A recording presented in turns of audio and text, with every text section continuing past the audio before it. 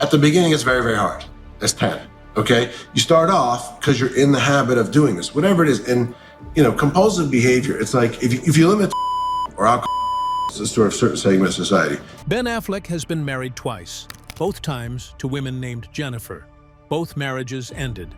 But the interesting part isn't that they ended. It's the difference in how they ended and what was left standing afterward. The first Jennifer stayed for 15 years, raised 3 children, drove him to rehab, and never said a single publicly damaging word. The second Jennifer lasted exactly 2 years before walking. At 54, Jennifer Garner hasn't given a press conference or written a memoir laying out her case. She hasn't named names or catalogued grievances, but the full story of why she couldn't stay has been assembling itself quietly in public view for years, and it's considerably more specific than most people realize. The interview that broke something open. December of 2021.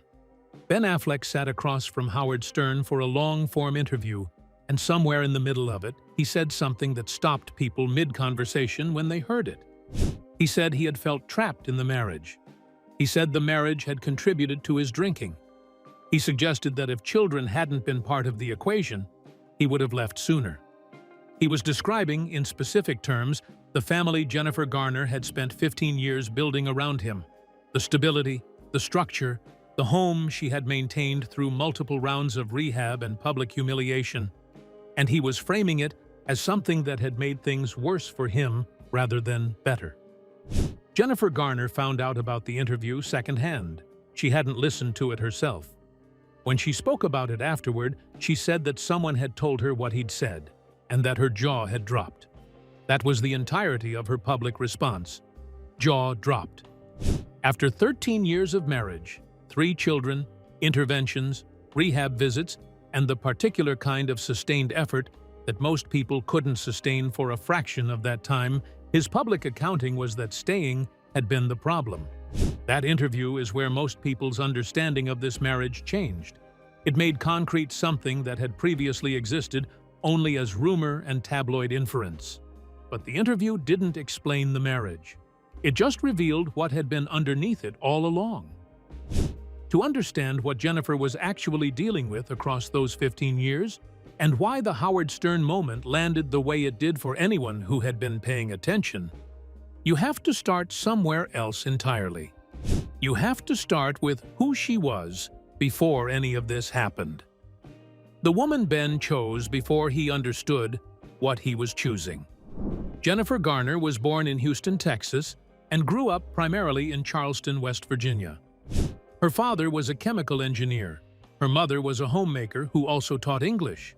They had 3 daughters, attended church every Sunday without exception, and ran a household where rules were specific and expectations were consistent. The girls weren't permitted to wear makeup or nail polish until they were in high school. Ear piercings required waiting until 16. This wasn't severity for its own sake. It was a household where the values on the wall were also the values at the table, and those 2 things matched. Jennifer was the middle daughter. People who knew her growing up and members of her family have described her in consistent terms over the years. She was the one who wanted everyone to be okay, who took it personally when someone in the room was in pain, who felt genuine distress at the idea of having let someone down. She began taking ballet at age 3, performed in community theater through her childhood, and eventually left West Virginia at 18 for Denison University in Ohio. She transferred programs, moved to New York for a period, then to Los Angeles, and spent years in the waiting room of an acting career that most people in her position would have abandoned. Small television roles that don't appear on anyone's highlight reel, auditions that didn't land, tables waited between callbacks, the kind of sustained, unglamorous grinding that precedes most overnight successes by about a decade. In 2000, she married actor Scott Foley. They had met on the set of his show, Felicity. The relationship was uncomplicated by celebrity standards. No tabloid storylines, no scandal, just 2 young working actors who had built something together while neither of them was particularly famous. 3 years later, they were divorced. Jennifer has never offered a detailed explanation for why the marriage ended. She has described it, consistently and without elaboration, as two people who were too young and grew apart. Nobody's fault. What matters about that first marriage isn't its ending, it's what the ending left her with. She was 31 years old. She had been through a divorce and come out the other side intact. She had a clear enough sense of her own values that she wasn't going to compromise them just to avoid being alone. And she had watched the first major relationship of her adult life end quietly enough that she understood the difference between a marriage failing and a person failing. When something real came along next, she was determined to approach it with the full weight of what she believed about commitment.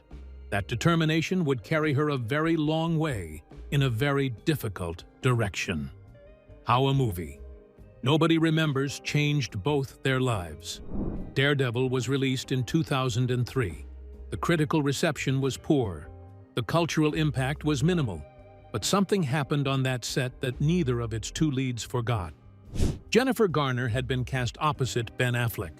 She played Elektra, a character whose arc involves love, loss, and a particular kind of disciplined self-containment. At the time of filming, Ben was engaged to Jennifer Lopez. The tabloids had named them Benifer, and they were one of the most relentlessly photographed couples of that era.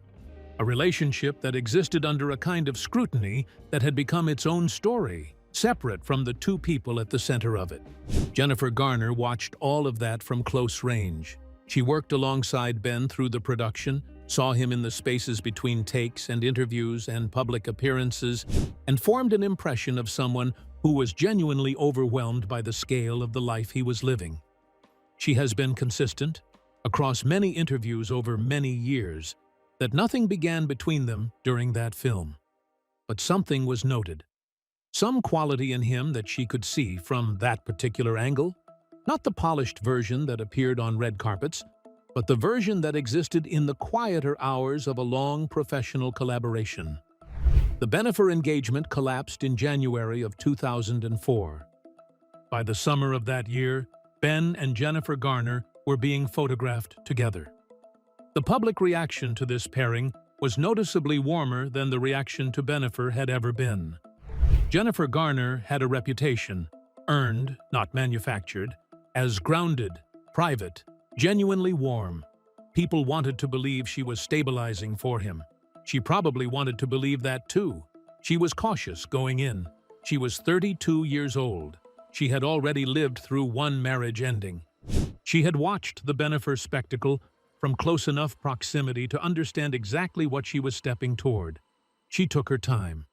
She asked the kind of questions that people who have already been through one divorce know to ask. But Ben was persistent in the way that people with real charm can be persistent when they want something, the kind of attention that makes you feel like the only person in the room. And on June 29, 2005, they married in a private ceremony in Turks and Caicos. She was already pregnant with their first child. The ceremony was deliberately minimal.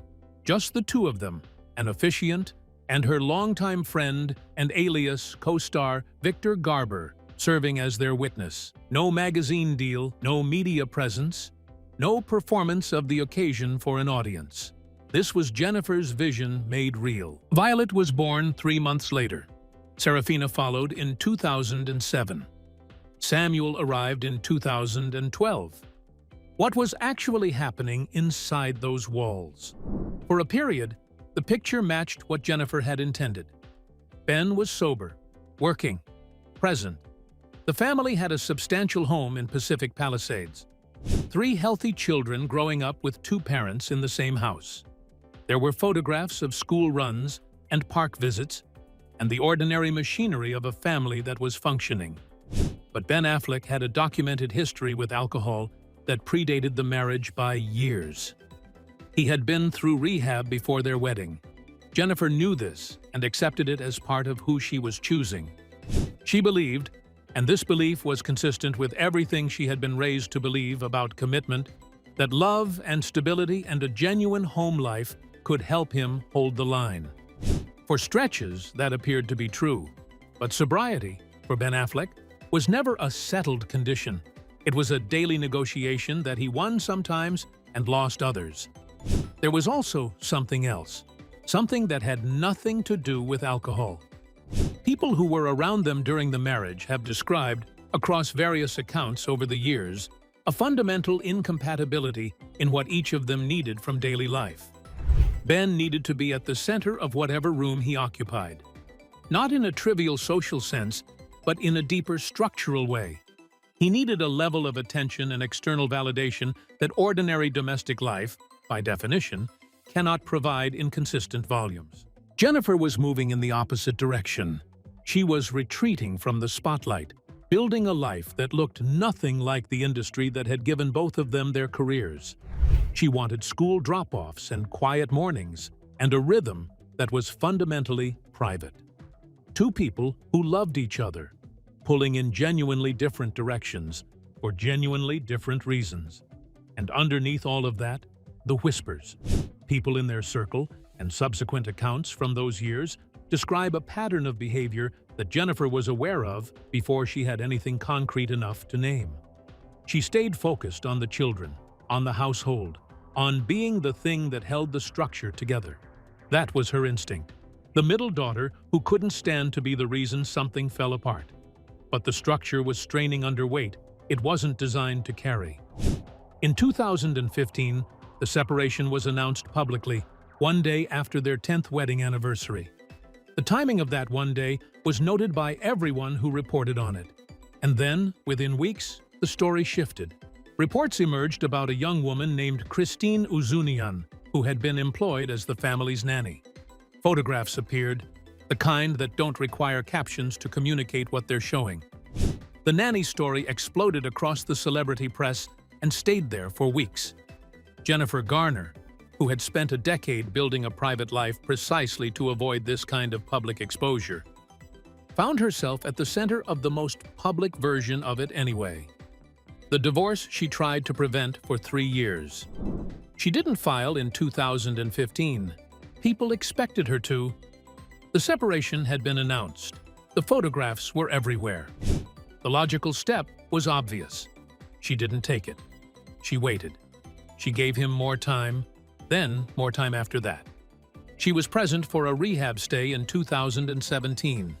She watched him make attempts and make promises and describe what he intended to become. She kept the family operational in the way she had always kept it operational, by refusing, even now, to let her own pain occupy more space than the situation required. Her explanation for this, across interviews spread across several years, has always centered on the same thing: the children. She did not want Violet, Serafina, and Samuel to grow up carrying the weight of a war between their parents. She didn't want them to look back on their childhoods and find them defined by two adults who couldn't occupy the same room. She believed and worked toward a version of the ending that preserved the family even as it ended the marriage. She filed for divorce in April of 2017. Even in the filing, she didn't reach for the instruments available to her that would have been most damaging to him. Joint custody, not a custody arrangement designed to minimize his access. A financial settlement that didn't pursue destruction. No detailed public court filings listing specific grievances that would have given every media outlet in the country something to report for weeks. In 2018, when Ben's situation deteriorated publicly, Jennifer Garner drove him to rehab. The divorce was already in process. He was no longer her husband in any functioning sense of the word. She drove him anyway. She has been clear, in the way she discusses this, that she wasn't doing it for him. She was doing it for the 3 children who needed their father to still be alive and present enough to be their father. That distinction matters. It reframes the entire arc of what looked, from the outside, like an inexplicable willingness to keep showing up for someone who had repeatedly demonstrated he wasn't going to show up for her. What 2 years confirmed that 15 couldn't. In 2021, Ben Affleck and Jennifer Lopez found each other again. The engagement came. The wedding came, first in Las Vegas in July of 2022, then a larger ceremony in Georgia the following month. The blended families, the magazine covers, the houses purchased and renovated, the red carpet appearances, the full spectacle of a reunion story that the public had been waiting 17 years to see play out. Jennifer Garner watched from a distance. She kept picking up her children from school. She kept showing up at their activities. She kept building Once Upon a Farm, the baby food company she had developed into a real business with genuine national distribution. She kept living the life she had always actually wanted, quiet, private, on her own terms, without requiring anyone's attention to sustain it. In August of 2024, Jennifer Lopez filed for divorce from Ben Affleck. 2 years. That is the full duration of the second marriage. The parallel is not subtle and doesn't require interpretation. The woman who represented, in the public imagination, everything opposite of what Jennifer Garner had offered. The spectacle, the shared appetite for the biggest possible version of celebrity life, the mutual comfort with constant visibility, walked away from Ben Affleck for what appears to be the same essential reason. He could not stay present once the initial intensity passed. He could not sustain the ordinary, unglamorous work of a relationship once the excitement of its beginning had settled into something quieter. Reports from that period described him as withdrawn, disengaged, and difficult to reach emotionally, language that would have been entirely familiar to anyone who had read accounts of the later years of his first marriage. The geography changed. The dynamic did not. The pattern that Jennifer Garner had lived with across 15 years reproduced itself in two. The same story, compressed, with a different woman and the same ending. Jennifer Garner is 54 years old. Violet is in college. Serafina is a teenager with her own developing sense of the world. Samuel is growing up with opinions about everything, as children do when they have space to develop opinions. Jennifer runs her company, takes acting work when it interests her, and moves through the world with a privacy she has maintained with remarkable consistency through everything that has publicly happened to her since 2005. She also launched a lifestyle brand and has spoken in interviews about finding a rhythm of life that belongs entirely to her, not defined by who she was married to or what that marriage cost her, but by what she chose to build once the obligation of holding someone else together was no longer hers to carry. She has never said the thing that would have been easiest. She hasn't publicly compared the two marriages or offered commentary on the 2-year timeline. She hasn't narrated his failures in the way that most people in her position would have considered not just justified, but overdue. She hasn't needed to. The Howard Stern interview said it. The nanny photographs said it. The 2-year arc of a second marriage said it. The full shape of the story, assembled from his own choices across 2 decades, has been making her case for her without requiring her to say a single word. What she has said, in the quietest and most consistent way available to anyone, is this: she survived it intact, she protected her children through it, and she is now living exactly the life she always wanted, on her terms, without an audience, without requiring anyone else to acknowledge that she handled something extraordinarily difficult with a quality of grace that most people watching from outside are only beginning to fully appreciate. Jennifer Garner spent 15 years trying to build a stable life with someone whose instinct, every time things got quiet, was to find a louder room. And the question the whole story keeps circling is whether the way she stayed and the way she eventually left came from genuine strength or from the same bone-deep need to hold everything together that her mother noticed in her when she was still a child. And if someone had told her at the beginning exactly how it would end, the nanny, the interview, the 2 years, would she have believed them? Or would she have believed, as she always seemed to believe, that her version of commitment was strong enough to change the outcome? Thanks for watching.